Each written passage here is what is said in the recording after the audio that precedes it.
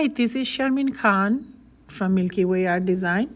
So I just created another bloom on black base which turned out really pretty.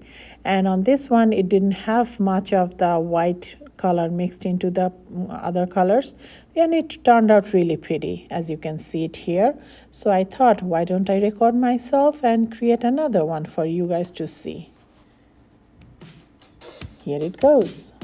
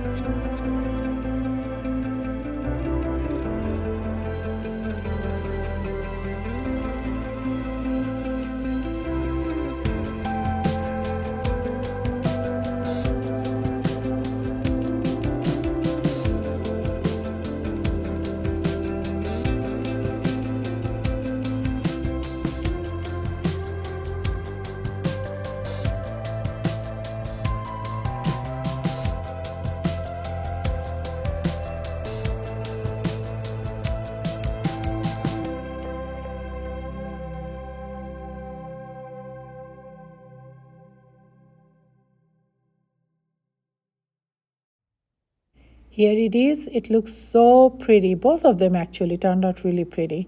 We'll see how they dry. And the first one I did not use any yellows, and the second one I did a little to highlight a little. So we'll see. Thank you for watching. See you soon.